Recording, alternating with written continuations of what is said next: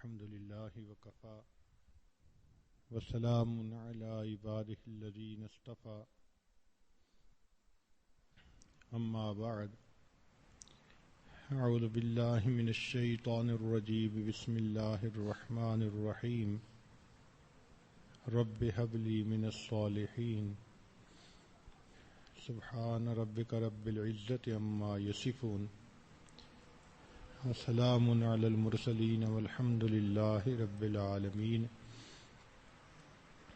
اللهم صل على سيدنا محمد وعلى آل سيدنا محمد وبارك وسلم اللهم صل على سيدنا محمد وعلى آل سيدنا محمد وبارك وسلم اللهم صل على سيدنا محمد وعلى آل سيدنا محمد وبارك وسلم. آج کا عنوان ہے بچوں کی اخلاقی تربیت، کہ ماں باپ بچوں کو خوش اخلاق کیسے بنائیں. انسان کو دنیا میں مل جل کر رہنے کا حکم دیا گیا. بہتر انسان وہ ہے جو دوسروں کے ساتھ اچھا برتاؤ کرے، اچھے انداز سے پیش آئے، لوگوں کے لیے رحمت بن کر رہے، زحمت بن کر نہ رہے. اس میں اصول یہ ہے کہ ماں باپ کے طور طریقوں کا عکس بچے کے اندر آتا ہے. انگریزی میں کہتے ہیں children always copy their parents, کہ بچے ہمیشہ اپنے ماں باپ کی نقل کرتے ہیں. تو اگر ماں باپ کے اخلاق اچھے ہوں، ماں باپ ملنسار ہوں، تو بچوں کے اندر یہ صفت خود بخود پیدا ہو جاتی ہے. بچے اپنے ماں باپ کو اس قدر کاپی کرتے ہیں کہ ہمارے ایک واقف تھے، وہ چیف انجینئر تھے، منگلا ڈیم میں کام کرتے تھے. ان کو اکثر گورنمنٹ آفیسرز کے فون آتے رہتے تھے بجلی کے بارے میں. تو ان کی عادت تھی کہ جب بھی وہ فون اٹھاتے تھے تو کہتے تھے hello chief engineer Mangla speaking. وہ کہنے لگے کہ ایک دن میں نہا کے واش روم سے باہر نکلا تو میں نے دیکھا کہ فون کی گھنٹی بج رہی ہے. تو میرا 3-4 سال کا چھوٹا بیٹا وہ بھاگا ہوا گیا اور اس نے جا کر فون کا کریڈل اٹھا کے اپنے کان سے لگایا اور کہنے لگا hello chief engineer Mangla speaking. تو اس طرح چھوٹے بچوں کے دل و دماغ میں وہ باتیں نقش ہو جاتی ہیں جو وہ ماں باپ کو کرتا ہوا دیکھتے ہیں. تو ماں باپ کو چاہیے کہ وہ اپنے اندر خوش اخلاقی پیدا کریں. اگر ماں باپ ہی ہر وقت ایک دوسرے سے جھگڑتے رہتے ہیں، اونچا بولتے رہتے ہیں، ایک دوسرے کو لاجکس ہی دیتے رہتے ہیں، تو اگر یہ اندر کی جنگ ہی ختم نہیں ہوتی تو بچہ کیا خوش اخلاق بنے گا. خوش اخلاق بنانے کے لیے بچے کو قریب کرنا پڑتا ہے. اس میں سے سب سے پہلا پوائنٹ ہے کہ بچے کا بوسہ لینا. ماں باپ جب اپنے بچے کا بوسہ لیتے ہیں تو بچوں کے اندر دل میں ماں باپ کی محبت بڑھ جاتی ہے. سیدنا رسول اللہ صلی اللہ علیہ وسلم باوجود اس کے کہ ساری دنیا کے انسانوں سے زیادہ متقی تھے، ساری دنیا کے انسانوں سے زیادہ خاشع تھے، ساری دنیا کے انسانوں سے زیادہ اللہ سے ڈرنے والے تھے، مگر بچوں کے ساتھ اتنا پیار سے پیش آتے تھے کہ حیران ہوتے ہیں. عائشہ صدیقہ رضی اللہ تعالی عنہا فرماتی ہیں کہ ایک اعرابی نے نبی علیہ الصلوۃ والسلام سے پوچھا،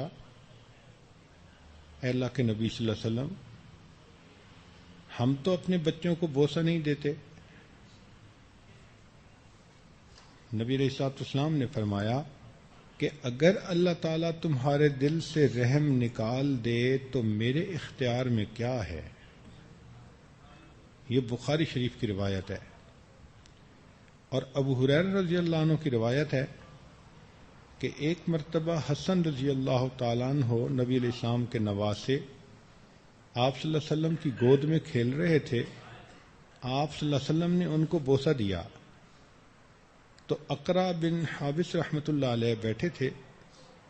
کہنے لگے اے اللہ کے نبی صلی اللہ علیہ وسلم میرے 10 بچے ہیں اور میں تو کسی کو بوسہ نہیں دیتا. نبی علیہ السلام نے فرمایا من لا یرحم لا یرحم، کہ جو بندہ رحم نہیں کرتا اس پر رحم نہیں کیا جاتا.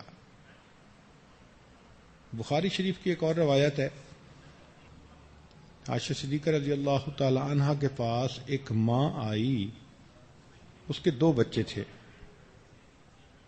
تو عائشہ صدیقہ رضی اللہ تعالی عنہا نے اس کو 3 کھجوریں عطا فرمائیں. اب ماں نے 3 میں سے ایک کھجور تو بچوں کو دے دی اور تیسری کھجور خود کھانے کی بجائے انتظار کرتی رہی. جب دونوں بچوں نے اپنے حصے کی ایک کھجور کھا لی تو اس ماں نے اپنی کھجور کے 2 ٹکڑے کر دیے اور پھر ایک بچے کو دے دی اور دوسرے بچے کو دے دی. تو عائشہ صدیقہ رضی اللہ عنہا بڑی حیران ہوئی. نبی علیہ الصلوۃ والسلام تشریف لائے تو ان کے سامنے یہ واقعہ سنایا. تو نبی علیہ الصلوۃ والسلام نے فرمایا کہ اس نے بچوں پر رحم کیا، اس کے بدلے اللہ نے اس پر رحم کیا. انس رضی اللہ عنہ روایت کرتے ہیں کہ نبی علیہ الصلوۃ والسلام نے ارشاد فرمایا کہ میں لمبی نماز ادا کرنا چاہتا ہوں مگر کسی بچے کے رونے کی آواز سن کر نماز کو مختصر کر دیتا ہوں، کیونکہ مجھے معلوم ہوتا ہے کہ بچے کے رونے سے اس کی ماں پر کیا بیت رہی ہوتی ہے. سبحان اللہ، نبی علیہ الصلوۃ والسلام کے دل میں کتنا گداز دل تھا، کتنا حساس دل تھا کہ ایک چھوٹے بچے کے رونے پر باجماعت نماز کو مختصر فرما دیتے تھے. ترمذی شریف کی روایت ہے، ابو قتادہ رضی اللہ عنہ فرماتے ہیں کہ نبی علیہ الصلوۃ والسلام اپنی نواسی امامہ بنت زینب، نبی علیہ الصلوۃ والسلام کی بڑی صاحبزادی کا نام زینب تھا، ان کو دین کی خاطر بہت تکلیف پہنچائی گئی اور اسی تکلیف میں ان کی وفات ہوئی. ان کی ایک بیٹی تھی جس کا نام امامہ تھا. نبی علیہ السلام اس سے بہت محبت فرماتے تھے. تو ایک مرتبہ آپ صلی اللہ علیہ وسلم نماز پڑھ رہے تھے کہ امامہ آ گئی تو آپ صلی اللہ علیہ وسلم نے امامہ کو اٹھا کر نماز پڑھائی. جب سجدے میں جانے لگتے تو اس کو کھڑا کر دیتے اور سجدہ فرما لیتے، اور جب سجدے سے اٹھتے قیام میں تو اس بچی کو پھر اپنے ساتھ اٹھا لیتے تھے. اب چھوٹے بچے کی اہمیت کا اندازہ لگا لیجئے. تو پہلی بات ہے بچوں کو اپنے ساتھ مانوس کرنا، پیار کرنا، گلے لگانا، بوسہ دینا. دوسری چیز یہ ہے کہ ان کے ساتھ خوش طبعی کرنا، ہنسی مذاق ان کے ذہنی سطح کے مطابق کرنا. چنانچہ حسن رضی اللہ تعالیٰ عنہ ایک مرتبہ کھیل رہے تھے. نبی علیہ الصلوۃ والسلام نے انہیں دیکھا تو اپنے دونوں ہاتھ پھیلا دیے اور کہا کہ آپ میرے پاس آ جاؤ. اب حسن رضی اللہ عنہ اور ادھر ادھر بھاگنے لگے تو اللہ کے نبی جس طرف وہ بھاگتے ادھر رخ فرما لیتے اور انہیں اپنے پاس بلاتے رہے، حتیٰ کہ کافی دیر کے بعد وہ بھاگتے بھاگتے آپ کی طرف آئے تو نبی علیہ السلام نے ان کو اپنے بازوؤں میں لے کر اپنے گلے سے لگا لیا اور ان کو ماتھے کا بوسہ دیا. ابو ہریرہ رضی اللہ عنہ فرماتے ہیں کہ نبی علیہ الصلوۃ والسلام ایک مرتبہ کھڑے تھے، سیدنا حسین رضی اللہ تعالیٰ عنہ آئے، یہ چھوٹے بچے تھے، تو آپ صلی اللہ علیہ وسلم نے ان کو اپنے پاؤں پر کھڑا کیا، یعنی ان کے پاؤں نبی علیہ السلام کے مبارک پاؤں کے اوپر تھے تو پھر نبی علیہ السلام کہنے لگے ہاتھ کو پکڑ کر کہ میرے اوپر چڑھو، ذرا غور کیجئے گا۔ اب وہ بچہ پاؤں کے اوپر پاؤں رکھ کر جیسے سیڑھیوں پہ کوئی چڑھتا ہے تو نبی علیہ الصلوۃ والسلام کی مبارک ٹانگوں کے اوپر پاؤں رکھ رکھ کے چڑھنے لگا۔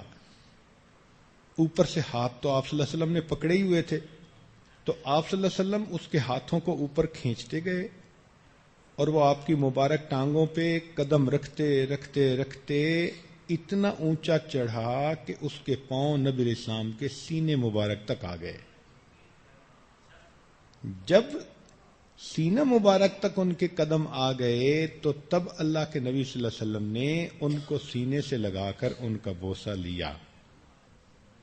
یہ اللہ کے پیارے حبیب صلی اللہ علیہ وسلم، اللہ اکبر کبیرہ۔ انس رضی اللہ تعالیٰ عنہ نبی علیہ السلام کی خدمت میں رہتے تھے۔ حدیث پاک میں آتا ہے کہ نبی علیہ السلام ان کو کہتے تھے اے دو کانوں والے۔ اب دو کانوں والے کہنا سچ بھی ہے اور اس سے بچہ ہنس بھی پڑتا ہے، اور وہ چونکہ نبی علیہ السلام کے لیے سبزی توڑ کے لاتے تھے تو نبی علیہ السلام ان کو ابو بکلا کہتے تھے۔ عبداللہ ابن شداد رضی اللہ عنہ روایت کرتے ہیں کہ نبی علیہ السلام نماز پڑھا رہے تھے، آپ صلی اللہ علیہ وسلم سجدے میں گئے تو بہت لمبا سجدہ کیا، حتیٰ کہ صحابہ نے یہ سوچنا شروع کر دیا کہ شاید کچھ ہو گیا ہے۔ پھر اس کے بعد نبی علیہ السلام سجدے سے اٹھے، نماز مکمل کی۔ نماز مکمل کرنے کے بعد نبی علیہ السلام نے فرمایا کہ جب میں سجدے میں تھا تو یہ میرا بیٹا حسین آ گیا اور یہ میری پیٹھ پر سوار ہو گیا، اور جب تک یہ میری پیٹھ سے نہ اترا اس وقت تک میں نے سجدے سے سر نہیں اٹھایا۔ اب اللہ کے حبیب صلی اللہ علیہ وسلم جماعت کروا رہے ہیں، لیکن ایک بچے کی خواہش کی اتنی رعایت فرما رہے ہیں۔ تو پہلی بات بچے کو بوسہ دینا، دوسری بات خوش طبعی کرنا، اور تیسری بات بچے کو تحفہ ہدیہ دینا، چیز دینا۔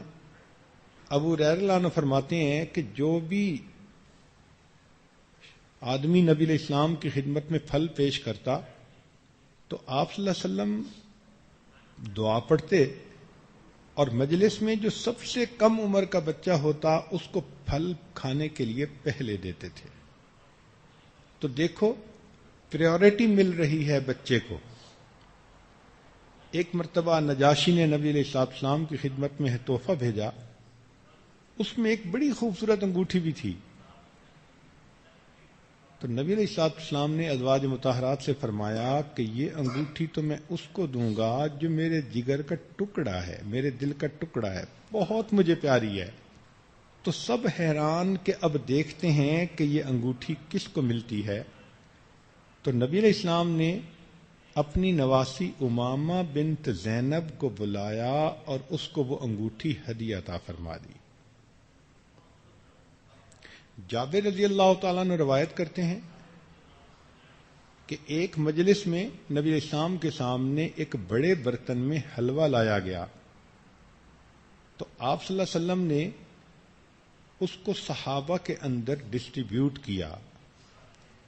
تو فرمایا کہ ایک چھوٹا بچہ تھا، وہ حلوے کا بڑا شوقین تھا، تو نبی علیہ الصلوۃ والسلام نے اس کو حلوہ دیا، لیکن جب اس نے کھا لیا تو نبی علیہ الصلوۃ والسلام نے اس کی طرف اشارہ کیا اور دوں؟ اس نے کہا ہاں، تو نبی علیہ السلام نے اسے پھر دیا۔ جب اس نے وہ حصہ بھی کھا لیا تو نبی علیہ السلام نے تیسری مرتبہ اشارہ کیا کہ تمہیں پھر دوں؟ اس نے کہا ہاں، تو 3 مرتبہ بچے کو دیا، 1 مرتبہ بڑوں کو دیا۔ چوتھا ہوتا ہے بچے کے سر کے اوپر ہاتھ پھیرنا۔ اس سے بچوں کو یوں محسوس ہوتا ہے کہ ہمارے سر کے اوپر کوئی سائبان ہے، کوئی چھتری ہے، اور ہم کسی کی کوریج میں ہیں، کوئی ہمیں اون کرتا ہے۔ اس لیے ماں باپ کو چاہیے کہ کبھی کبھی بچوں کو پاس بلائیں، بوسہ لیں، سینے سے لگائیں، ان کے سر پہ شفقت محبت کا ہاتھ پھیریں۔ انس رضی اللہ عنہ فرماتے ہیں کہ نبی علیہ الصلوۃ والسلام انصار کے بچوں کو سلام فرماتے اور ان کے سر پر ہاتھ پھیرتے تھے. یعنی بچے کھیل رہے ہوتے تھے تو دیکھیے کہ بچوں کو نہیں فرماتے تھے کہ تم مجھے سلام کرو.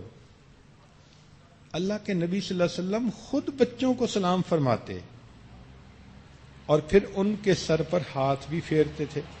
عبداللہ ابن جعفر رضی اللہ عنہ فرماتے ہیں کہ ایک مرتبہ نبی علیہ السلام نے مجھے سواری پہ اپنے ساتھ بٹھا لیا اور جیسے ہی میں بیٹھا نبی علیہ السلام نے میرے سر پر ہاتھ پھیرا اور کہا کہ اے اللہ عبداللہ کو جعفر کا جانشین بنا، ان کا نائب بنا. جابر بن سمرہ رضی اللہ عنہ ایک چھوٹے سے صحابی ہیں، کہتے ہیں کہ نبی علیہ الصلوۃ والسلام تشریف لا رہے تھے اور میں کھڑا ہوا تھا.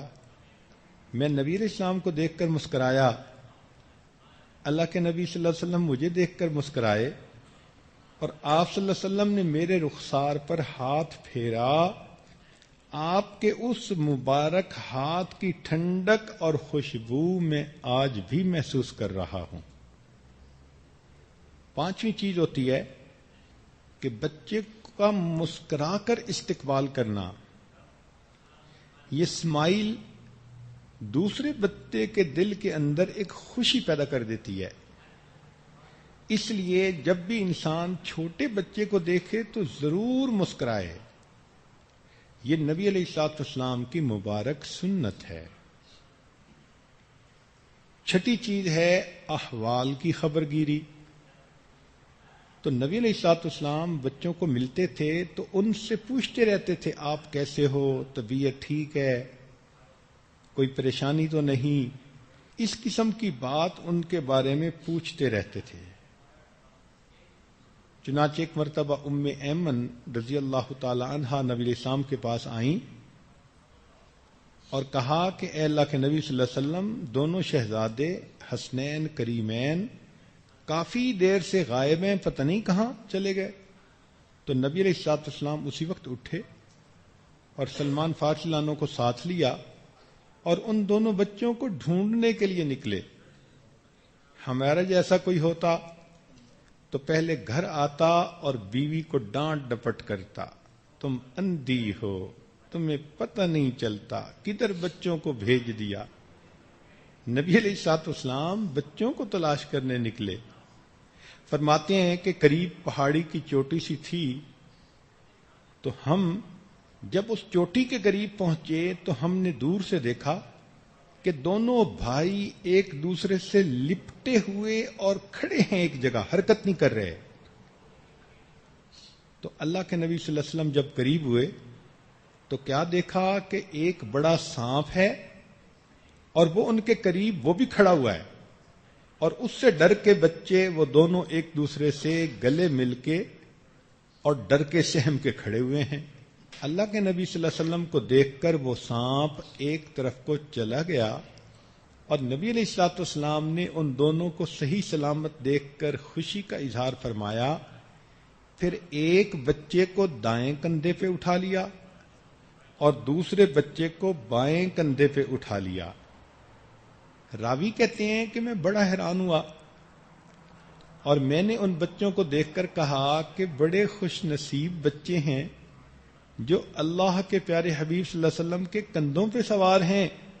تو یہ سن کر نبی علیہ السلام نے فرمایا کہ سوار بھی تو کتنے پیارے ہیں.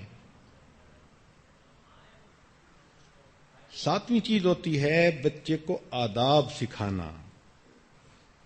اس لیے ایک صاحب نے کہا کہ جس نے اولاد کو ادب سکھایا اس نے اپنے دشمنوں کو ذلیل کر دیا. حدیث مبارکہ میں ہے کہ کوئی والد اپنی اولاد کو حسن ادب سے بہتر تحفہ نہیں دے سکتا. تو بچوں کو والدین کا ادب، استاد کا ادب، علماء کا ادب، بھائی کا ادب، پڑوسی کا، کھانے پینے کا، لباس، مہمان نوازی، یہ سب چیزیں ماں باپ کو سکھانی پڑتی ہیں. اس کے لیے با ادب با نصیب کتاب کا اگر آپ مطالعہ رکھیں اور کھانے کے وقت کھانے کے آداب ڈسکس کر لیں، کپڑے پہناتے ہوئے کپڑوں کے آداب، مجالس کے اندر مختلف آداب اگر بچوں کو سمجھاتی رہیں تو بچے با ادب بن جائیں گے. بچوں کے اندر پھر کچھ عادتیں پیدا کرنی پڑتی ہیں. مثلا ایک عادت ہے سچ بولنا. یہ اتنی اہم عادت ہے کہ جب تک بچے کے اندر سچ بولنے کی عادت پیدا نہ ہو اس کے اندر اچھا انسان پیدا نہیں ہوتا. اس لیے بچے کو سچ اور جھوٹ کا فرق بتائیں اور بتائیں کہ جھوٹ سے اللہ تعالیٰ ناراض ہوتے ہیں، سچ بولنے سے اللہ تعالیٰ راضی ہوتے ہیں.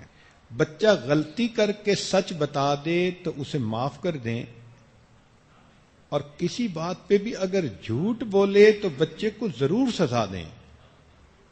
اس کو فیل ہو کہ ماں باپ کی ساری محبتیں میرے لیے، اگر میں جھوٹ بولوں گا تو پھر مجھے سزا مل کے رہے گی. اس معاملے میں سختی کرنے کی ضرورت ہے. یاد رکھیں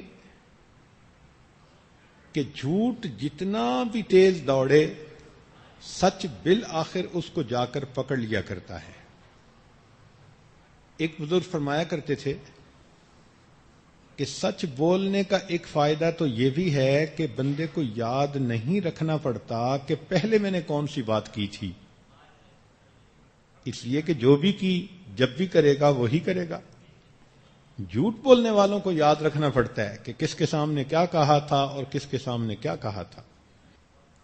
عام طور پر دیکھا گیا کہ انسان اپنی غلطی چھپانے کے لیے ایک جھوٹ بولتا ہے، پھر جھوٹ کو چھپانے کے لیے 2 جھوٹ بولنے پڑتے ہیں، پھر 2 جھوٹوں کو چھپانے کے لیے 4 جھوٹ بولنے پڑتے ہیں، اور یہ ایسا سلسلہ بڑھتا ہے کہ انسان کو اٹھتے بیٹھتے جھوٹ ہی بولنا پڑتا ہے.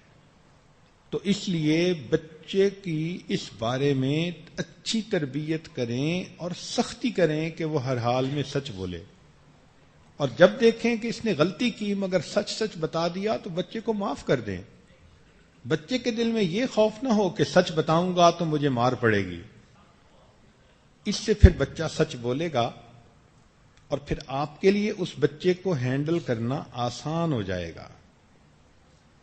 کئی بچے ہوں ان میں سے ایک زیادہ سچ بولتا ہو تو پھر اس کے ساتھ محبت کا اظہار زیادہ کریں تاکہ دوسروں کو محسوس ہو کہ یہ سچ بولتا ہے، اور یہ سچ بولنا امی کو اتنا پسند ہے کہ امی اسے ہم سے زیادہ اس وقت پیار کر رہی ہیں. 9ویں چیز ہے بچے کو رازداری سکھانا. کئی مرتبہ بچے ادھر کی باتیں ادھر کر دیتے ہیں، ادھر کی باتیں ادھر کر دیتے ہیں. یہ ایک بہت بری عادت ہے جو دلوں کے اندر فاصلے پیدا کرنے کا سبب بنتی ہے. اسی طرح سنی سنائی باتیں ادھر ادھر کرتے پھرنا یہ بھی بری چیز ہوتی ہے.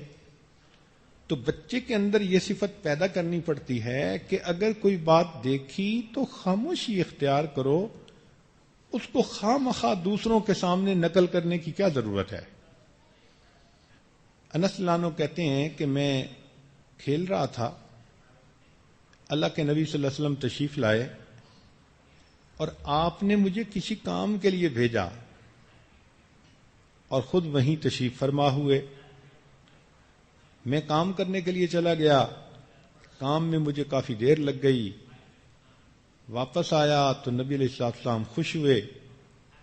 جب گھر آیا تو والدہ نے پوچھا کہ بیٹے تم اتنی دیر کہاں رہے؟ تو میں نے بتایا کہ نبی علیہ السلام نے مجھے ایک کام بھیجا. تو ماں نے پوچھا کہ بیٹے کیا کام بھیجا؟ تو میں نے کہا کہ یہ نبی علیہ السلام کا راز ہے، میں کیوں بتاؤں؟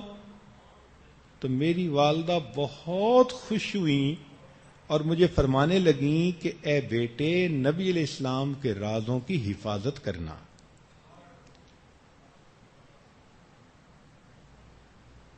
تو بندے کے سینے کو خزینہ ہونا چاہیے، ورنہ تو بچے ماں کی باتیں باپ کو بتاتے ہیں اور باپ کی باتیں ماں کو بتاتے ہیں، اور جب دونوں کی جنگ ہوتی ہے تو مزے سے بیٹھ کے دیکھتے ہیں. 10ویں چیز بچوں کے اندر امانت داری کو پیدا کرنا. بددیانتی انسان کی شخصیت کو بگاڑ دیا کرتی ہے.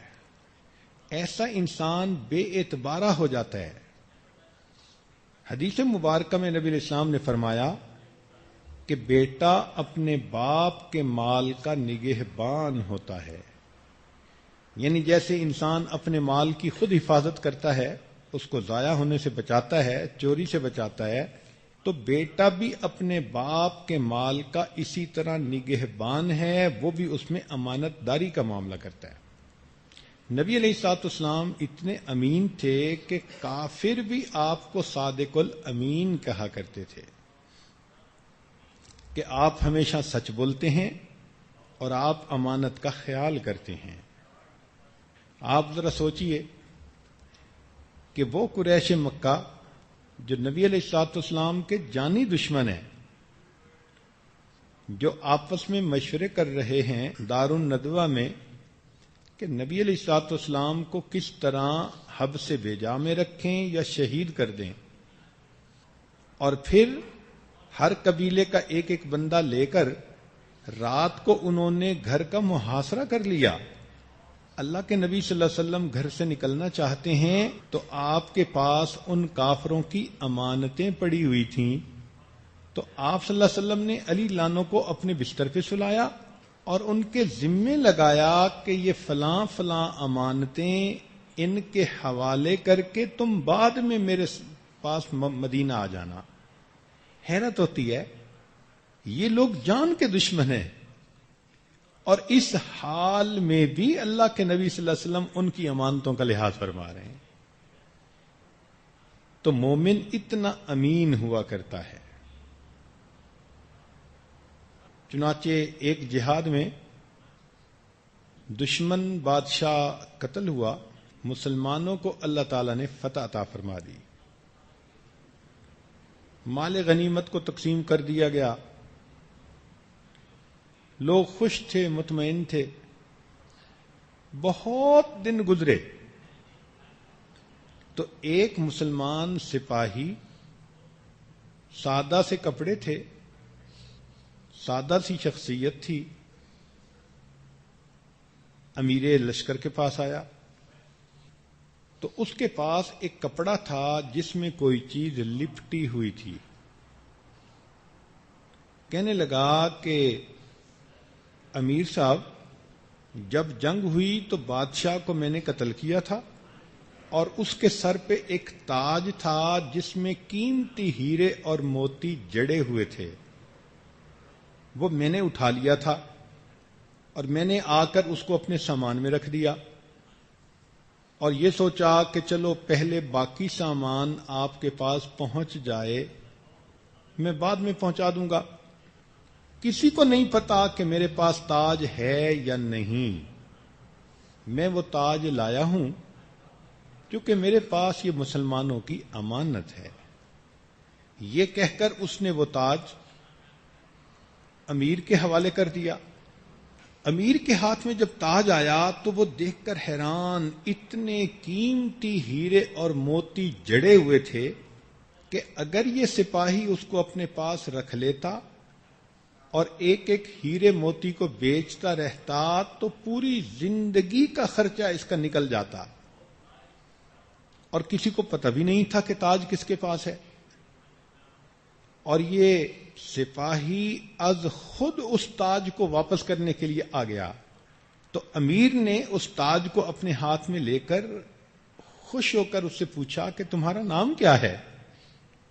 تو اس مجاہد نے پیٹھ پھیری واپس جانے کے لیے، اور بادشاہ کی طرف پیٹھ پھیر کر کہا کہ جس اللہ کی رضا کے لیے یہ تاج میں نے واپس کیا وہ میرا نام بھی جانتا ہے، میرے باپ کا نام بھی جانتا ہے.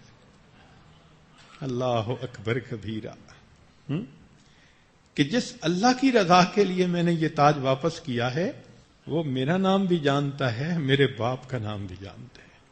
یعنی مجھے آپ سے اپریسیشن کے دو لفظ بھی سننے کی ضرورت نہیں ہے. اس کو اخلاص کہتے ہیں. اور یہ امانت داری صحابہ رضی اللہ تعالی عنہم کی زندگیوں میں تھی. 11ویں چیز ہے بچے کو سمجھانا کہ سینہ بے کینہ ہونا چاہیے. کینہ کہتے ہیں کسی کی بات ناپسند آئی، کسی سے جھگڑا ہوا، کسی نے تکلیف دی، اس کے بارے میں دل کے اندر ایک دشمنی کا جذبہ پیدا ہو جاتا ہے، ناپسندیدگی کا جذبہ پیدا ہو جاتا ہے. اس کو کینہ کہتے ہیں.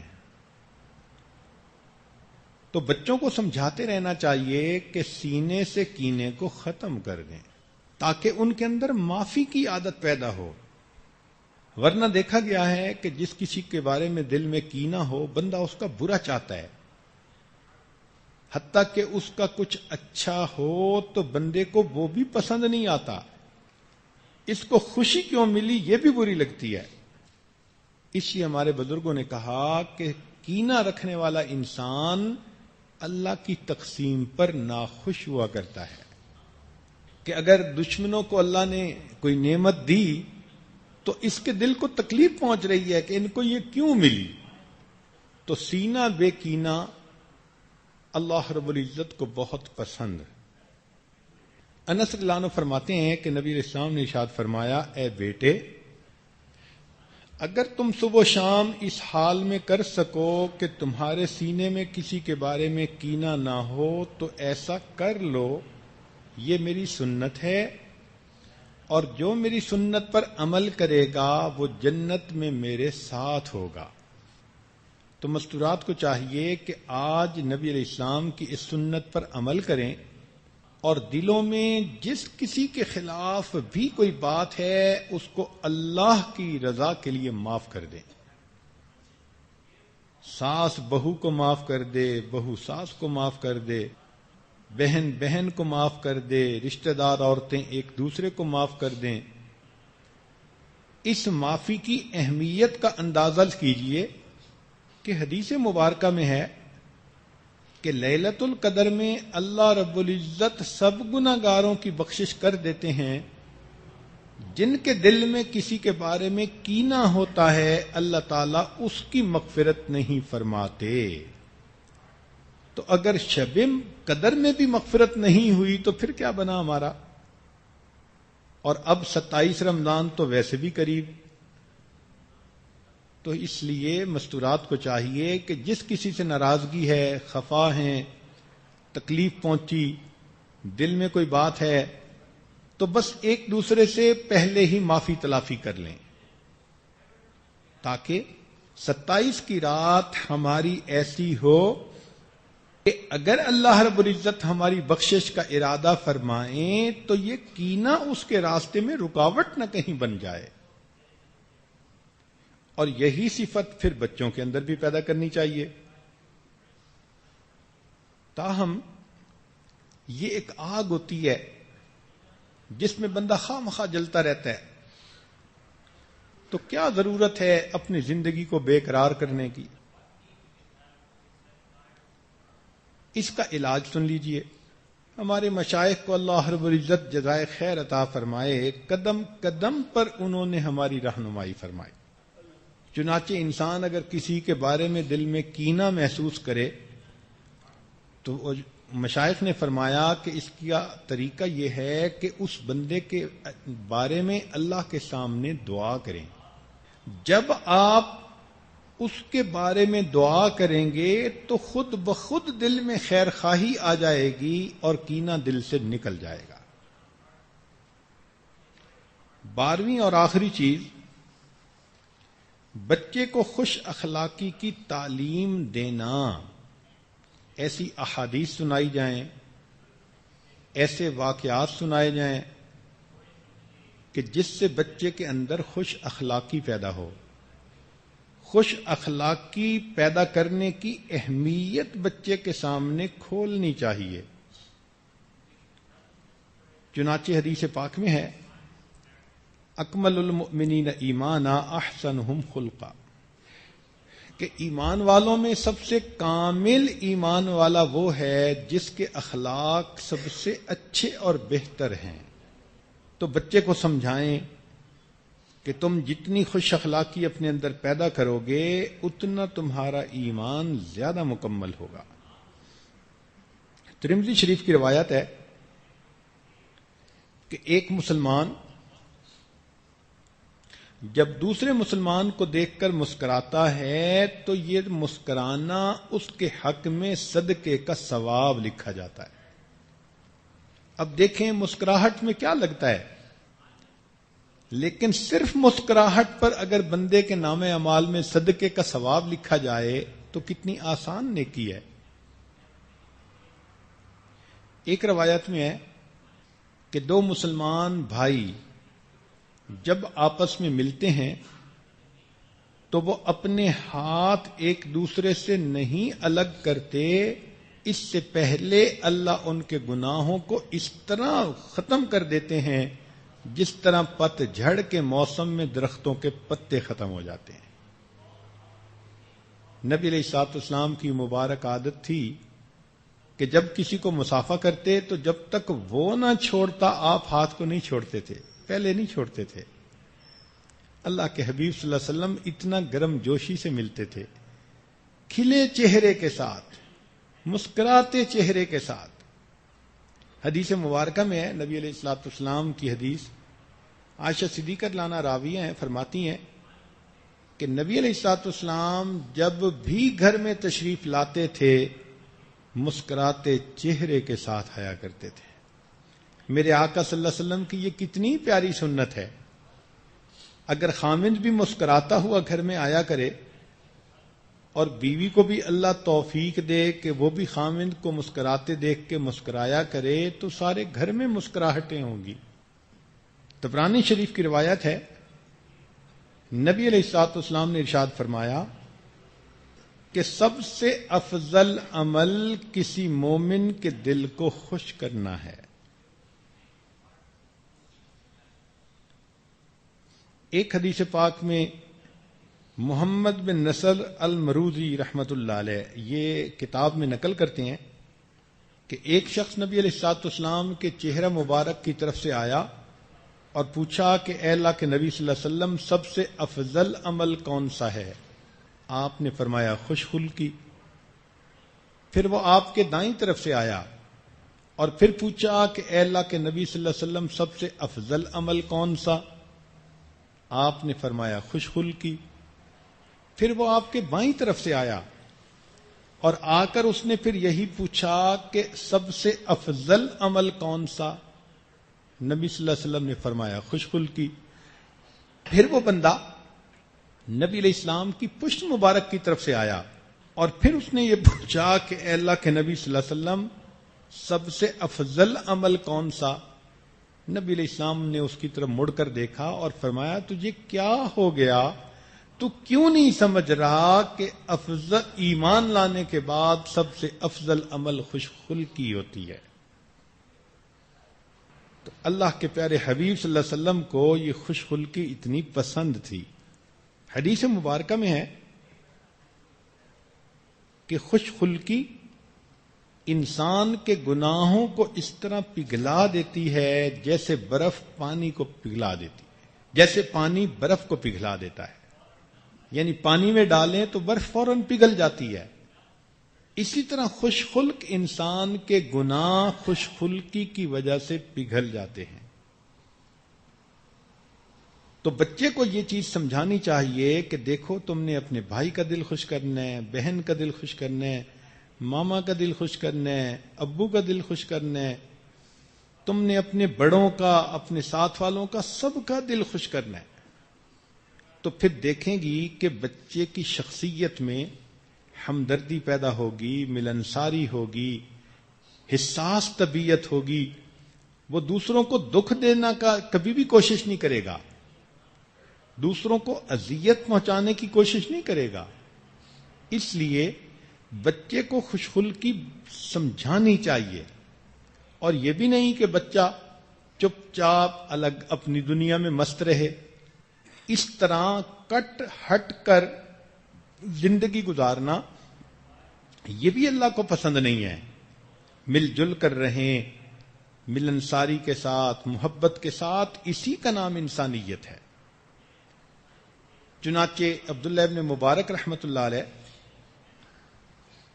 بڑے محدث گزرے ہیں، اور ان کو اللہ رب العزت نے دنیا کا مال پیسہ بھی بڑا دیا تھا. ایک نواب کے بیٹے تھے. ایک شخص ان کے پاس آیا, کہنے لگا کہ حضرت میرے اوپر 700 درہم کا قرض ہے, اگر آپ مجھے دے دیں تو میں قرض ادا کر کے پرسکون ہو جاؤں. آپ نے چٹ لی اور کاغذ پر لکھ کر اس کو دیا کہ جاؤ میرے اکاؤنٹنٹ کے پاس اور اس سے پیسے لے لو. وہ اکاؤنٹنٹ کے پاس گیا. اس اکاؤنٹنٹ نے جب کاغذ کو دیکھا تو اس کے اوپر لکھا ہوا تھا 7,000 درہم اور بندہ مانگ رہا تھا 700 درہم. تو یہ کنفیوز ہو گیا. پھر کہنے لگا کہ اچھا میں حضرت سے ویریفائی کر لیتا ہوں کہ تجھے کتنا دینا ہے. تمہیں ضرورت ہے 700 کی اور مجھے لگتا ہے کہ بائی مسٹیک ایک ڈیجٹ زیادہ پڑ گئی اور یہ 7,000 لکھا ہوا ہے. تو اکاؤنٹنٹ نبی علیہ السلام کی عبداللہ ابن مبارک رحمۃ اللہ علیہ کے پاس آیا.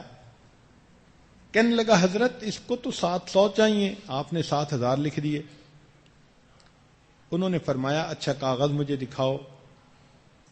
جب کاغذ دکھایا تو انہوں نے 7,000 کو کاٹ کر اس کی جگہ 14,000 لکھ دیے کہ یہ رقم اسے دے دو. خیر اکاؤنٹنٹ نے رقم تو دے دی مگر وہ بات کو سمجھ نہ سکا. تو پھر وہ حضرت کو ملنے کے لیے آیا اور کہنے لگا کہ سمجھ نہیں آئی, چاہیے تھے اس کو 700, 7,000 لکھ دیے. میں پوچھنے آیا تو بجائے کم کرنے کے 14,000 کر دیے, یہ مسئلہ کیا؟ تو عبداللہ ابن مبارک رحمت اللہ علیہ نے فرمایا کہ میں نے نبی علیہ الصلوۃ والسلام کی ایک حدیث مبارکہ پڑھی ہے کہ جب کوئی شخص کسی مومن کے دل کو اچانک خوشی پہنچاتا ہے تو خوشی پہنچانے پر اللہ اس کے پچھلے گناہوں کو معاف فرما دیتا ہے. وہ مجھ سے 700 درہم مانگنے آیا, میں نے 7,000 لکھے کہ ان ایکسپیکٹڈ خوشی ملے گی. تم نے میرا کام خراب کیا, ویریفائی کرنے آ گئے. اب جب اس کو 7,000 کی فگر کا پتہ چل گیا تو اب اسے 7,000 مل بھی جاتے تو اتنی خوشی نہ ہوتی. تو میں نے اس کو کاٹ کر 14,000 کیا کہ اب پھر ان ایکسپیکٹڈ اس کو خوشی ملے گی تو اللہ تعالیٰ میرے پچھلے گناہوں کو معاف فرما دیں گے. آپ بھی کبھی اپنے خاوند کو ان ایکسپیکٹڈ خوشی پہنچایا کریں, بچے کو بھی سمجھائیں کہ وہ بھی اسی طرح اپنے ماں باپ کا اچانک دل خوش کرے, ایسی بات کرے, ایسا کام کرے کہ ان کا دل خوش ہو جائے. اس طرح بچے کے دل میں دل کو خوش کرنے کی اہمیت واضح ہوتی ہے. ایک بات یہاں پر سمجھنا ضروری کہ دل خوش کرنے سے مراد شریعت کے دائرے کے اندر رہتے ہوئے کوئی کام کرنا. یہ نہیں ہے کہ بچے کو کوئی کہے میرے ساتھ بیٹھ کے ٹی وی دیکھو میں بہت خوش ہو جاؤں گا, یا کسی عورت کو کوئی کہے تو میرے پاس آ جاؤ میں بہت خوش ہو جاؤں گا. نہیں, معصیت کے ذریعے کسی کو خوش نہیں کرنا, نیک اور جائز کام کے ذریعے کسی کا دل خوش کرنا. اس پر یہ سب اجر انسان کو نصیب ہوتا ہے. تو جب بچے کے اندر یہ صفت پیدا ہوتی ہے تو بچہ ایک محبوب شخصیت بن جاتا ہے. ہر ماں چاہتی ہے کہ اس کا بچہ ایسا ہو کہ ہر کوئی اسے پسند کرے, اس کی بیٹی ایسی ہو کہ ہر کوئی پسند کرے. تو اس کے لیے بچوں کے اندر خوش خلقی کی عادت ڈالیے, صفت پیدا کیجئے اور ان کے سامنے اس کی تعلیم دیجئے.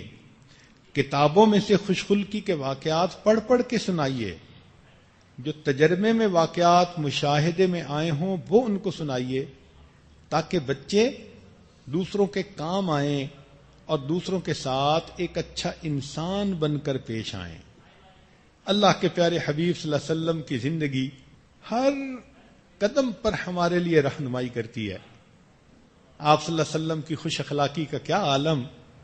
ایک واقعہ سنا کر بات کو مکمل کرتا ہوں.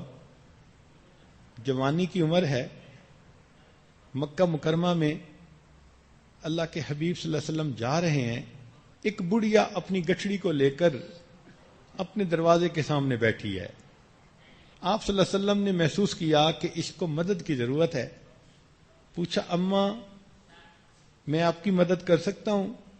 اس نے کہا ہاں بیٹا، میں شہر سے باہر ایک جگہ جانا چاہتی ہوں، سامان بھاری ہے اٹھایا نہیں جاتا، تو میں کسی کا انتظار کر رہی ہوں۔ آپ صلی اللہ علیہ وسلم نے فرمایا کہ اماں یہ سامان میں اٹھا لیتا ہوں۔ ذرا سوچئے، اللہ کے پیارے حبیب صلی اللہ علیہ وسلم نے اس بڑھیا کا سامان سر پر اٹھا لیا اور اس کے ساتھ ساتھ مکہ مکرمہ سے باہر کی طرف چل پڑے۔ جب ذرا آبادی سے باہر نکلے تو بڑھیا نے آپ سے باتیں کرنی شروع کر دیں، کہنے لگی کہ بیٹا تمہیں پتہ ہے میں کیوں باہر جا رہی ہوں؟ آپ نے پوچھا بتائیں۔ کہنے لگی کہ ایک آدمی ہے جس نے نبوت کا دعویٰ کیا ہے اور اس کی وجہ سے لوگ اپنے ماں باپ کے دین کو چھوڑ کر اس کے پیچھے لگ رہے ہیں۔ مجھے ڈر ہوا کہ کہیں میں بھی ایسا نہ کر بیٹھوں، تو میں مکہ چھوڑ کے فلاں جگہ جا رہی ہوں تاکہ میں ماں باپ کے دین پر قائم رہوں۔ وہ باتیں سنا رہی ہے اور اللہ کے نبی صلی اللہ علیہ وسلم باتیں سن رہے ہیں، اور وہ نصیحت کر رہی ہے کہ بیٹا تم ماں باپ کے دین پر جمے رہنا، اگر کبھی موقع ملے تو اس کی بات مت سننا، وہ تو کوئی جادوگر ہے، دلوں پہ اثر کر دیتا ہے، بندے کا دل چھین لیتا ہے اور لوگ اس کے پیچھے لگ جاتے ہیں، اس کی بات میں بڑی کوئی تاثیر ہے۔ جتنی باتیں بھی وہ کر رہی تھی، اللہ کے پیارے حبیب صلی اللہ علیہ وسلم باتیں خاموشی سے سن رہے تھے اور اس کا سامان لے کر چل رہے تھے۔ جب اس کو اس کی جگہ تک پہنچایا، بڑھیا بڑی خوش ہوئی، کہنے لگی نوجوان تو کتنا اچھا ہے، ذرا اپنا نام بتا، میں اگر کبھی مکہ مکرمہ واپس آئی تو میں تجھے ضرور ملوں گی، تو مجھے بیٹوں کی طرح پیارا لگتا ہے۔ جب بڑھیا نے پوچھا تو اللہ کے نبی صلی اللہ علیہ وسلم نے فرمایا اماں جس نوجوان کے بارے میں سارے راستے آپ بات کرتی آئی ہیں میں وہی نوجوان محمد ہوں۔ یہ اللہ کے حبیب صلی اللہ علیہ وسلم کی خوش اخلاقی دیکھیے۔ اس عورت کو کیا پتا تھا کہ جس نے میرا سامان اٹھایا اس نے تو پوری انسانیت کا بوجھ اپنے کندھوں پہ اٹھایا ہوا ہے۔ یہ ہمارے آقا ہیں، یہ ہمارے سردار ہیں، جنہوں نے اس طرح خوش خلقی کے ساتھ پیش آنے کی ہمیں تعلیمات دیں۔ اللہ تعالی ہمیں خوش اخلاقی نصیب فرمائے، اور اب تک ہم نے جو بد اخلاقی کی وجہ سے لوگوں کے دل دکھائے، اللہ تعالی ہمارے ان گناہوں کو معاف فرمائے۔ وآخر دعوانا ان الحمد للہ رب العالمین۔ تھوڑی دیر مراقبہ کر لیجئے، آنکھوں کو بند کر لیجئے، سر پہ جھکا لیجئے، دنیا اور جو کچھ دنیا میں ہے اس سے ہٹ کٹ کے اللہ رب العزت کی یاد میں ڈوب جائیے۔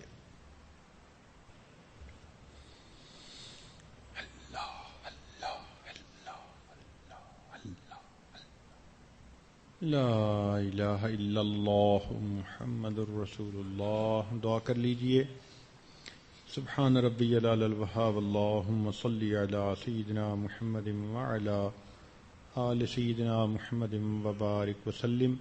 اے مالک، ہم آپ کے عاجز مسکین بندے ہیں، ہمارے گناہوں کو معاف فرما، خطاؤں سے درگزر فرما، عیبوں کی پردہ پوشی فرما۔ اللہ ہماری نگاہوں کو پاک فرما، دلوں کو صاف فرما، سینوں کو اپنی محبت سے لبریز فرما۔ اے اللہ، ہم بد اخلاق قسم کے لوگ ہیں، ہمیں خوش خلقی والی زندگی گزارنے کی توفیق عطا فرما۔ ہم آپ کے بندوں کے لیے وبال جان بنے پھرتے ہیں، میرے مولا ہمارے اس گناہ کو معاف فرما۔ بات بات پہ دوسروں کا دل دکھا دیتے ہیں، اگنور کر دیتے ہیں، میرے مولا ہم حیوان ہیں، ہمیں صحیح معنوں میں انسان بنا۔ اللہ ہماری اولادوں کے اندر بھی خوش خلقی کو پیدا فرما، اچھے مینرز ہمیں اپنانے کی توفیق عطا فرما، اچھی ہیبٹس اپنے اندر پیدا کرنے کی توفیق عطا فرما۔ اے اللہ، نبی علیہ السلام کے اچھے اخلاق کا ہمیں نمونہ عطا فرما، ان اخلاق عظیمہ کی جھلک ہماری زندگیوں میں پیدا فرما۔ میرے مولا اٹھے ہاتھوں کو قبول فرما، اے اللہ ہمیں ضائع ہونے سے محفوظ فرما۔ رمضان مبارک کے آخری دن گزرتے جا رہے ہیں، میرے مولا ہمارے گناہوں کی مغفرت فرما۔ اے کریم آقا رحمتوں کا معاملہ فرما۔ آپ کی بندیاں اپنے گھروں سے چل کے یہاں آتی ہیں، آپ کے سامنے دامن پھیلاتی ہیں، اس بات کو مانتی ہیں کہ ہمارا کوئی پروردگار ہے جس سے ہم نے گناہوں کی معافی مانگنی ہے۔ اے کریم پروردگار ہمارے گناہوں کو معاف کر دیجئے، اٹھے ہاتھوں کی لاج رکھ لیجئے۔ اے اللہ سینکڑوں عورتیں اور سینکڑوں مرد اے اللہ آواز سن رہے ہیں، اپنی رحمت سے اللہ سب کے گناہوں کو معاف فرما دیجئے۔ اے کریم رحمت کا معاملہ فرما دیجئے۔ اے اللہ یہ رحمت کا مہینہ مغفرت کا عشرہ ہے، اپنی رحمت سے اللہ اس آگ سے آزادی کے عشرے میں ہماری مغفرت فرما دیجئے۔ رب کریم درگزر کا معاملہ فرمائیے۔